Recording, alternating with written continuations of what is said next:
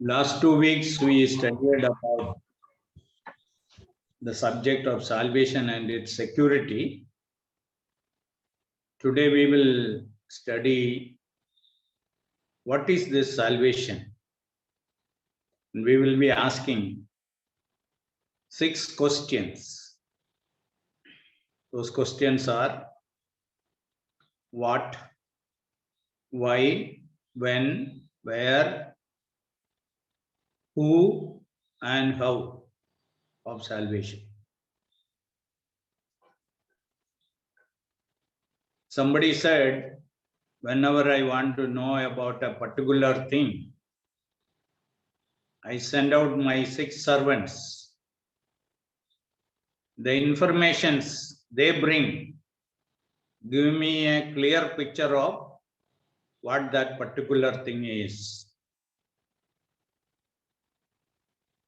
Those servants' names are, according to him, what I just mentioned: what, why, when, where, who, and how. So if we want to understand anything more clearly, we have to ask these questions. So about salvation also, we will ask these 6 questions this evening. Try to understand what is this salvation which the Bible is speaking about. So initially we will read 3 verses. Colossians chapter 1, verse 13.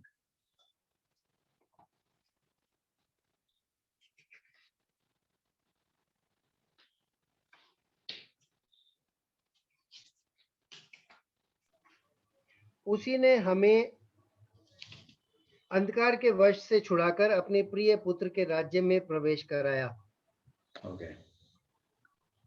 He has delivered us from the power of darkness and transferred us into the kingdom of the Son of His love. We'll read another verse from Ephesians chapter 2.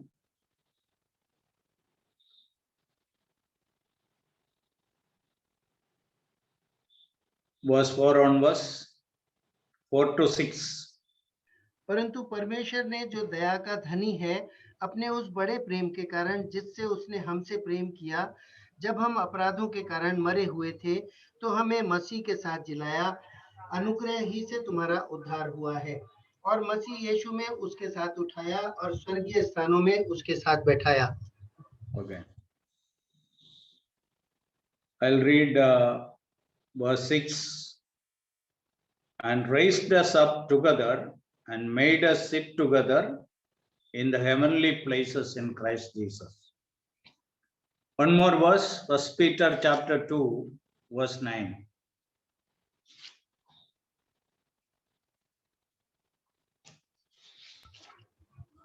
पर तुम एक चुना हुआ वंश और राजपदधारी याजकों का समाज और पवित्र लोग और परमेश्वर की निज प्रजा हो. आपका आवाज भैया अभी बराबर नहीं आ रहा. Okay.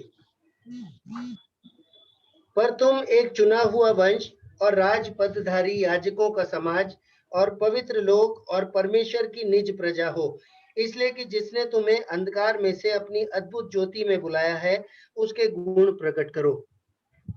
Okay. The latter part says, पापा बिल्कुल क्लियर आवाज आ रही है, लेकिन क्यों? who called you out of darkness into his marvelous light. ये तीनों जगह में हम क्या देखते हैं? उद्धार का मतलब क्या है? What is salvation?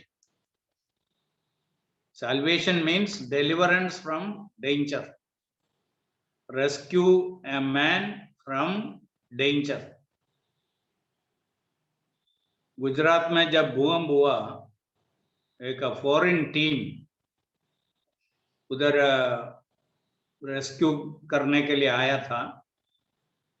फिर ओएम का ऑफिस में हम सबको बुलाया. और बताया हमारा काम क्या है, और उसने 4 शब्द बोला,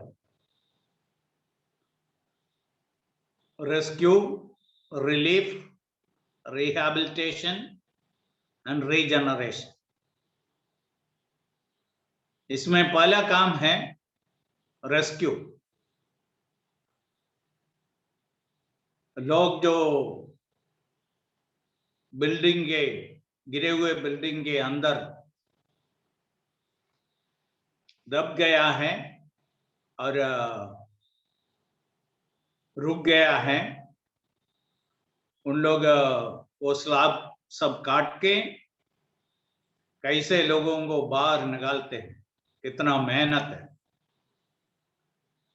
इसलिए पहला जो लोग खतरे में है उनको बाहर निकालना, that is salvation.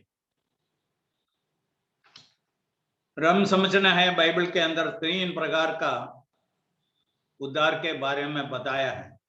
There are 3 kinds of salvation. One is physical salvation. Physical salvation is delivering us from various sicknesses or enemies, robbers, even death. And many places this word salvation is used to such experiences, and people who are delivered from accidents and enemies and various sicknesses and robbers, even death. People said, I am saved, God saved me. So that is physical salvation. Secondly, there is in the Bible political salvation. When Israel was delivered from Egypt, afterwards from Babylon, it was political salvation. People were saved who were captive in a foreign land, they were saved. Then, of course, what we study now, it is spiritual salvation. It is called spiritual salvation because it starts with spirit. Then it continues with our soul. Then finally, there is bodily salvation also. So finally, what's going to happen? Our entire being, our spirit, body, our spirit, soul and body will be saved. That is what salvation, which is referred primarily in the New Testament. Other salvations are also there, but that is a salvation. So we are in great danger. So God wanted to save the lost humanity. We need to know that man is different from all other creatures. Man is a very unique creation of God. 6 things we need to remind ourselves when we compare man with other creatures. First thing, we are created in the likeness of God. What does it mean? It is not physical likeness. It is mental likeness. It is moral likeness. We can think, we can reason like God. We have some moral characteristics. So it is not a physical likeness when God created us in his likeness. It is mental likeness and it is moral likeness. So that is the first thing, makes man different from all other creatures. Second, created us with a conscience. When we do something, there is an inner voice. It approves those good things which we did. When we do bad things or we think bad things, our conscience is accusing us. What are you doing? Why do you do like this? What you did is wrong. What you said is wrong. What you are thinking is wrong. Should not be like that. So man has a conscience. So man is different. Thirdly, we have a moral likeness. That is able to know what is good and what is bad. And we know what it is. Now here in Kerala, very frequently happening to nearby places where we stay, elephants come out from the forest, destroy all the cultivations, banana, pineapple, and whatever other things are in the field is all destroyed. Does it got any guilty conscience? Does it know what it is doing is wrong? No, it doesn't know. But suppose a man is doing the same thing. He knows he should not do that, and it is somebody else's property, somebody else's belonging. He should not do. So he has a discernment of what is good and what is evil. Then fourthly, there is eternity in the hearts of man. The Ecclesiastic 3:11 we read, God has put eternity in the heart of man. Why do we think about life after death?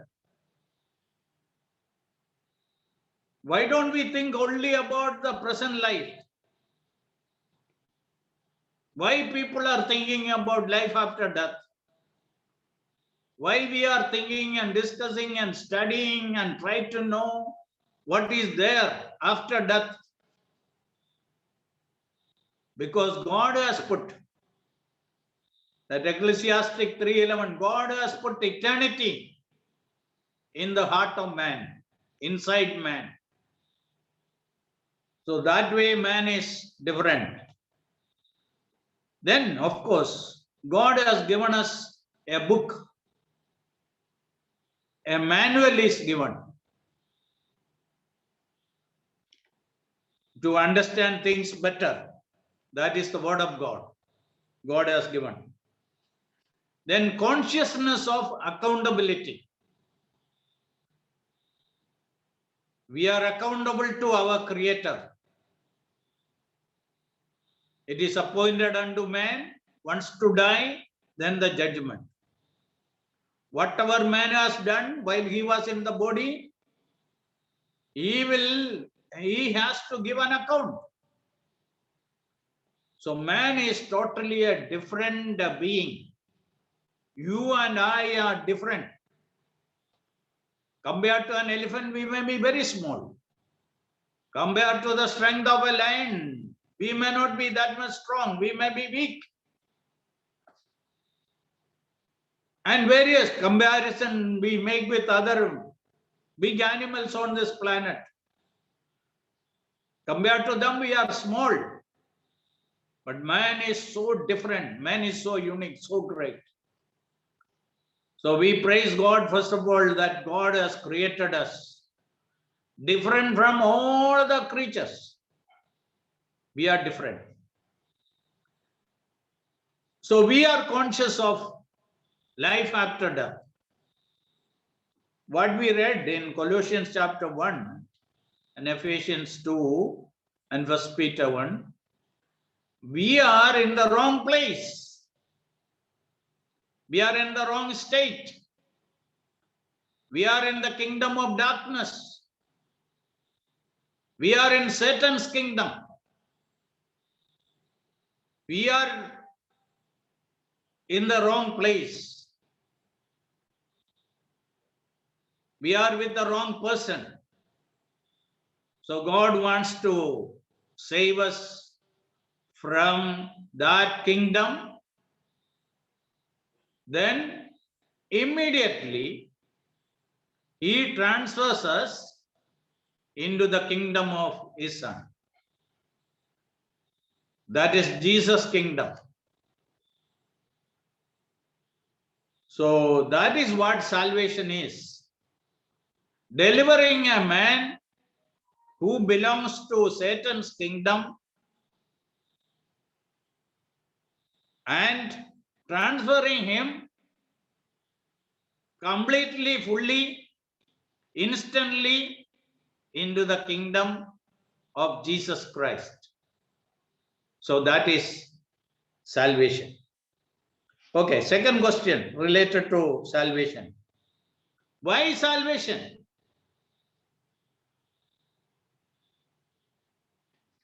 Why we need salvation? Man is an eternal being. He has to spend his eternity either in hell or heaven. Hebrews 9:27 I already quoted. It is appointed unto man once to die, then the judgment. If everything is going to end with death, then eat, drink and marry, no problem.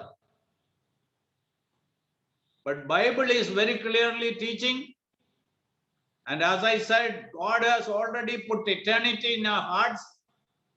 That's why people who have never seen Bible, read Bible, conscious of eternity, life after death.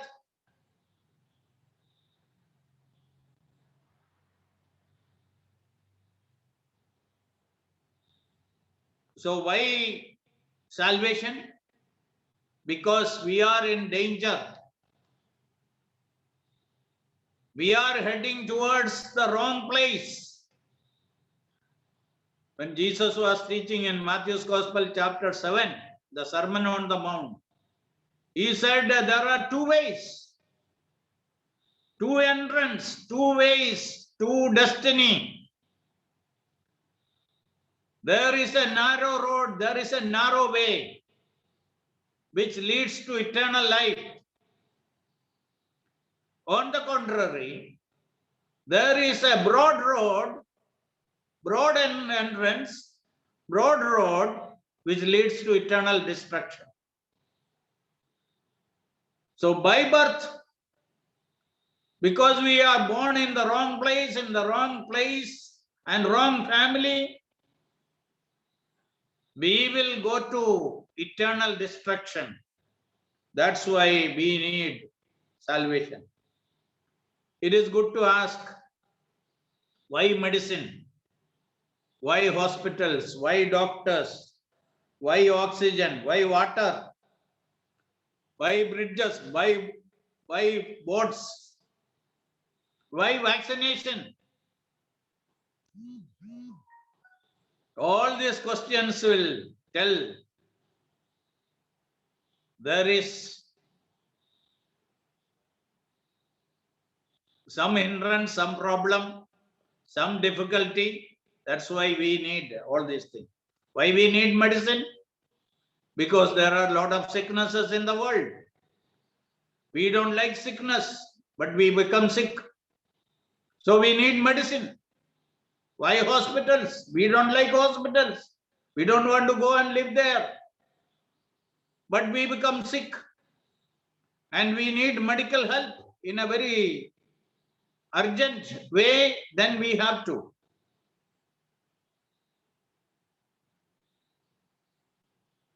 So we are in the wrong family. There is danger ahead of us. Sin will take us to eternal hell. That's why we need salvation. Third question, when salvation?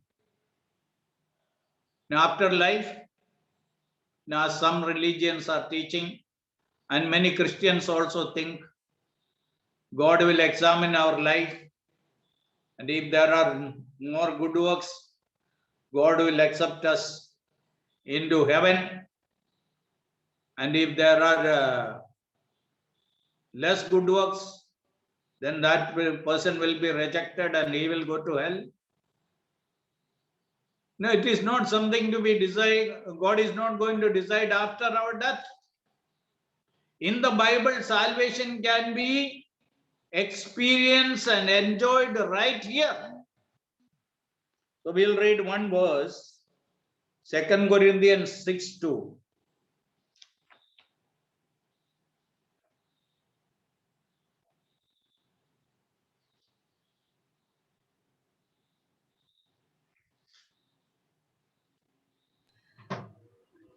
क्योंकि वह तो कहता है, अपनी प्रसन्नता के समय मैंने तेरी सुन ली और उद्धार के दिन मैंने तेरी सहायता की। Okay. And continue. देखो अभी वह प्रसन्नता का समय है, देखो अभी वह उद्धार का दिन है। Okay. अभी जब हम जिंदा हैं, सोच सकते हैं, समझ कर सकते हैं, निर्णय कर सकते हैं, उस समय that is the day of salvation. That is the acceptable time. Now is the time of salvation. Now is the accepted time. Now is the day of salvation. Now God will insist after a person is convinced, convicted and convinced that he is a sinner, he needs salvation, and Jesus is the Savior, then God will insist, now is your time of salvation. Today is the day of your salvation. Don't postpone it. Don't postpone it for tomorrow. Now is the time. I think about the day I accepted Christ. Even in the final moments, I wanted to postpone it. Or Satan wanted me to postpone it. But God's Spirit started insisting, don't postpone it. Now is the acceptable time. Today is the day of salvation for you.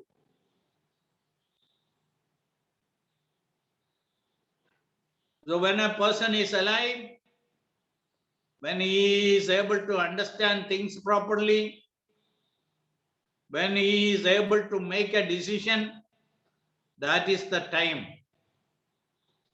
When a man is alive here on this earth, tomorrow is not ours. We do not know whether we will be there tomorrow or not. We plan many things. Ultimately, our life is in the hands of God. God alone knows how long we are going to be here. So in this life, we have to accept Christ as our Savior. That's why Jesus asked that question. Mark's Gospel, chapter 8, verse 36. What shall it profit a man if he gains the whole world and lose his own soul? A man can gain many things in this world. But Jesus is saying, what shall it profit that man after gaining so many things or the whole world and lose his own soul? Because our soul is the most priceless thing in the world. It is just like a man gathered lot of money, going to the Gulf country and made lot of money. He had big plans to come and settle in Kerala and enjoy the rest of the life. But right there, before his retirement, one heart attack, finished. What is the use of gathering all these things? So Jesus says, even if you don't gather anything in this world, if you have saved your life, you committed your life into the hands of God, your life is meaningful, worth. That is what it is. So in this life, a man has to make that most important decision of accepting Christ. So in this life only, we can get saved. If there is salvation after death, we know that rich man tried. At least he wanted to go to his home. He wanted to send Lazarus so that he may preach to them, and they will be prevented from coming to that place of destruction. Why he asked Abraham to send Lazarus? Because he understood he cannot go. He thought probably people can go from paradise to the earth. But Abraham said no. They were given Moses, that means the Old Testament 5 books, and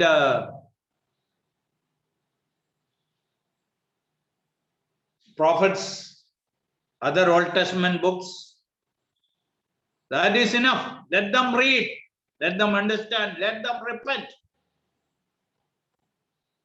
So that is what it is. That can happen only in this life. No, there are some people who think that, a person has gone from this world without getting saved. We can help him. The living can help the dead. So that is absolutely against the word of God. When a man finishes his life on this earth, when his death comes, a believer will go to the presence of God. The unbeliever will go to hell.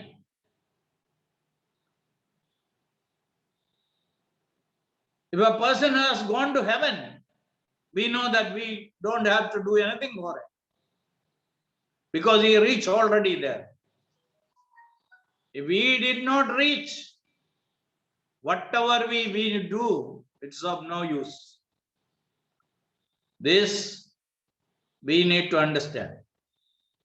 No, it tells us our great responsibility. If you want to help a person, this is the time when he is alive.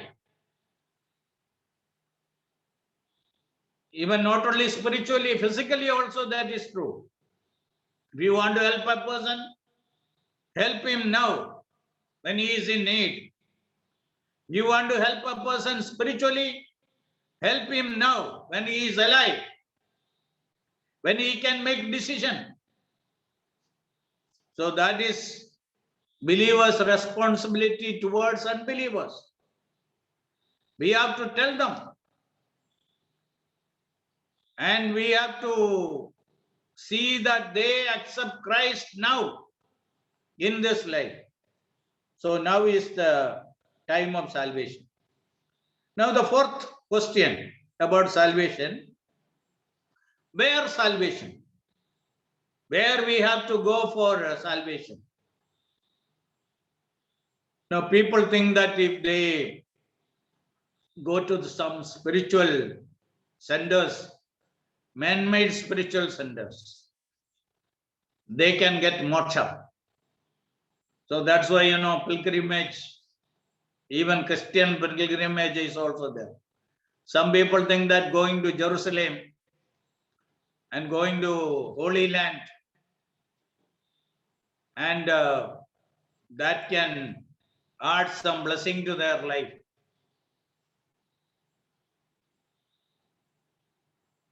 No, there is no particular place. You don't have to go to any place. Now look in the Bible, in the New Testament. We are not going to read, but those who have little knowledge of the Bible, the thief, in the last moments he repented and he accepted Jesus as a savior. From the cross, there is no other worse place than that. But he accepted the Lord from the cross. Paul on the way to Damascus road. It was not in a church or any religious building. Right on the road. He had conversation with Christ. He surrendered his life. Then Lydia, Acts chapter 16, she accepted the Lord on the riverbed. Paul preached to her.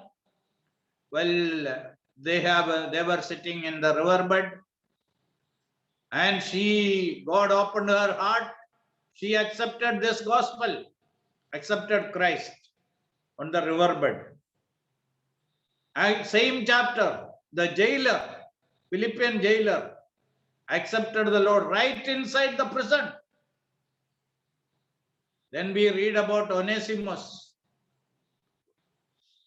in the book of Philemon, that he accepted the Lord here, right in the prison.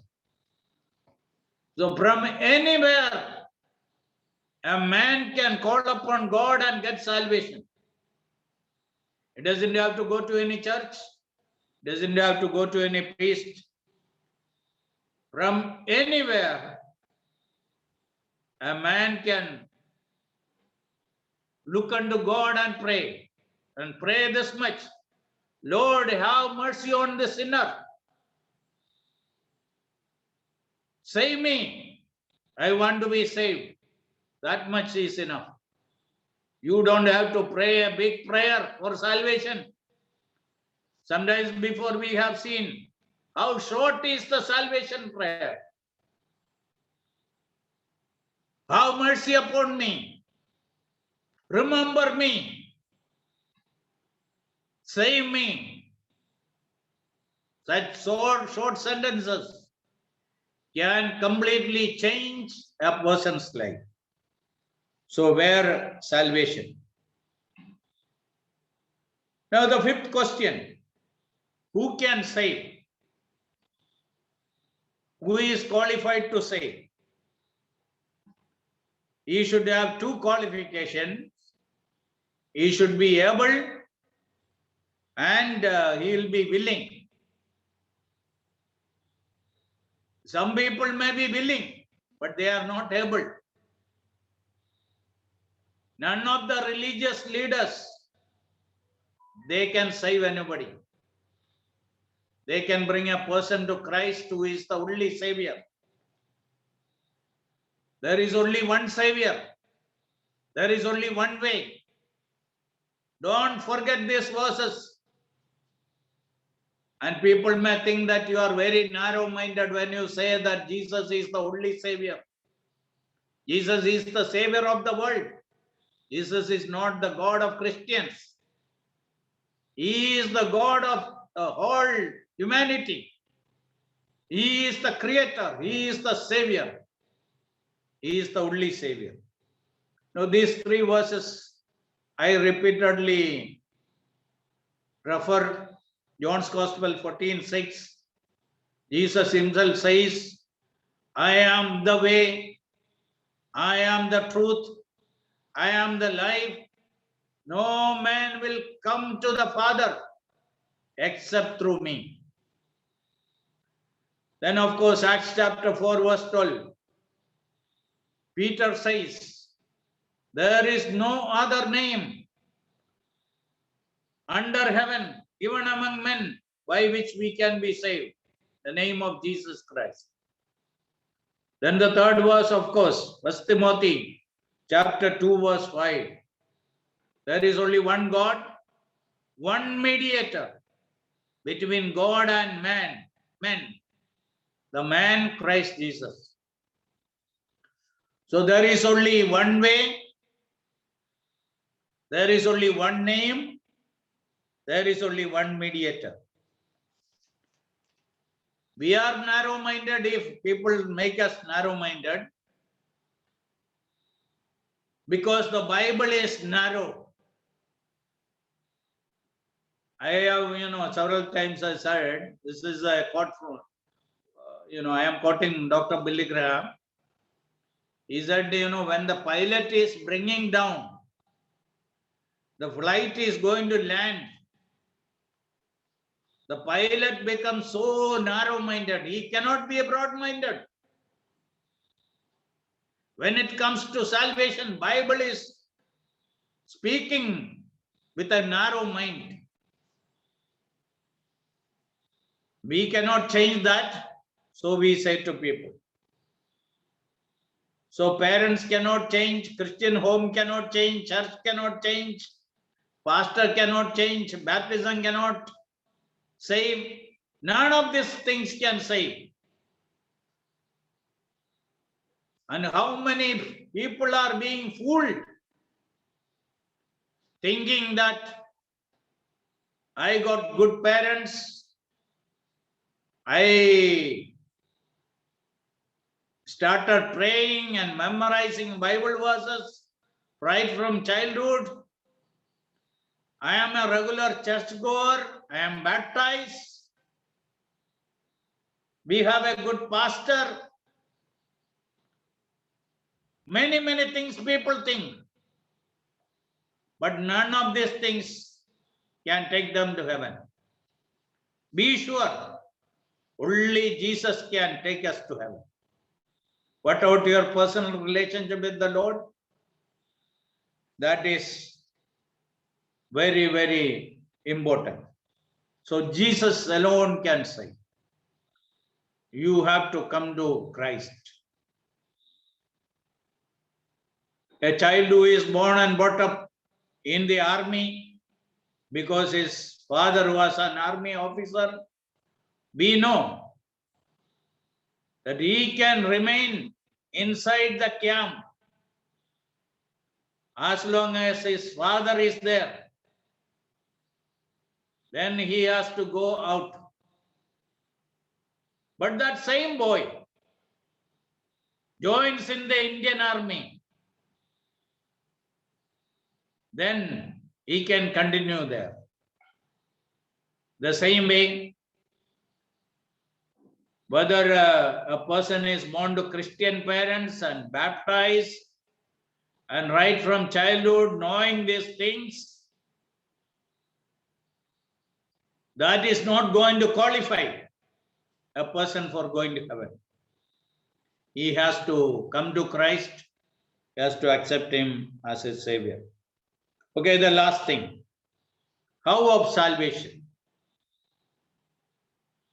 How a person can be saved? Acts chapter 16, verse 30. We know that question which a Philippian jailer asked Paul, what should I do to be saved? What did Paul say? Believe in the Lord Jesus Christ. You shall be saved, your family also. Believe in the Lord Jesus Christ. That is all. Some people try to add baptism to get salvation. Some people add many other things. But the Bible is very clear. To believe in the Lord Jesus Christ, you shall be saved. All those who call upon the name of the Lord shall be saved. Romans 10:13 says, those who call upon the name shall be saved. You just pray to the Lord. That is what qualifies a man for salvation. We all know that there are 3 levels of decisions in a person's life. First, all the decisions about our birth, God decided. Who should be our parents, where we should be born, whether you should be a boy or a girl, or what language you should speak, when you should be born, everything God decided. God never consulted with anybody else when it comes to your birth and your life on this earth. Why you are a man? God wanted you to be a man. Then be a man. Why you are a woman? God wanted you to be a woman. Be a woman. Why you are a girl? God wanted you to be a girl. Why you are a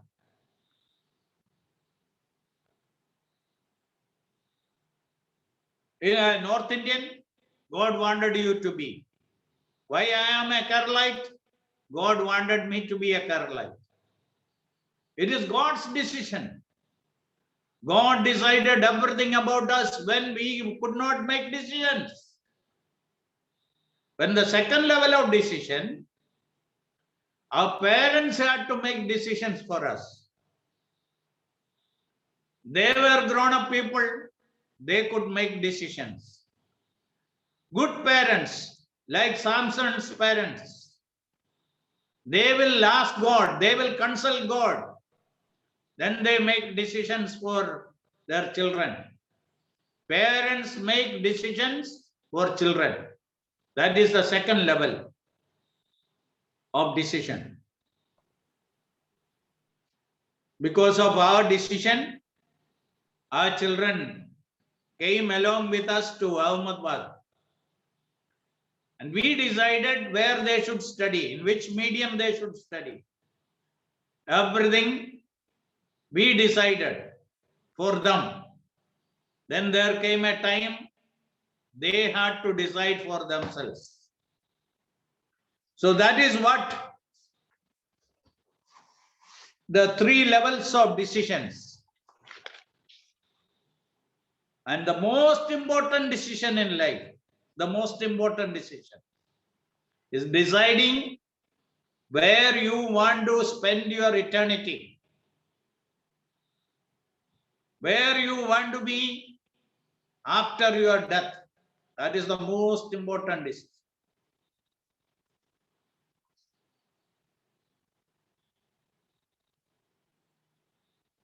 I am sure all of us who are sitting here today made that decision. Then probably we have to make various other decisions in life. And here we have to be careful. We have to make decisions consulting with God, praying to God. Then if you have a spiritual parents, they can help you. Then your pastor is a spiritual man. Elders are spiritual. They can help you. When it comes to making various decisions of life. But out of all these decisions which a person makes in his life, the decision about his salvation, where he has to spend his eternity. Praise God, God gave us the grace and help from above to make the appropriate decision in the appropriate time. As a result, we are saved. We belong to God. So we have seen these 6 questions briefly. What is salvation? Why salvation? When salvation? Where salvation? Who can give us salvation? Then how we can receive this salvation? May the Lord bless this words.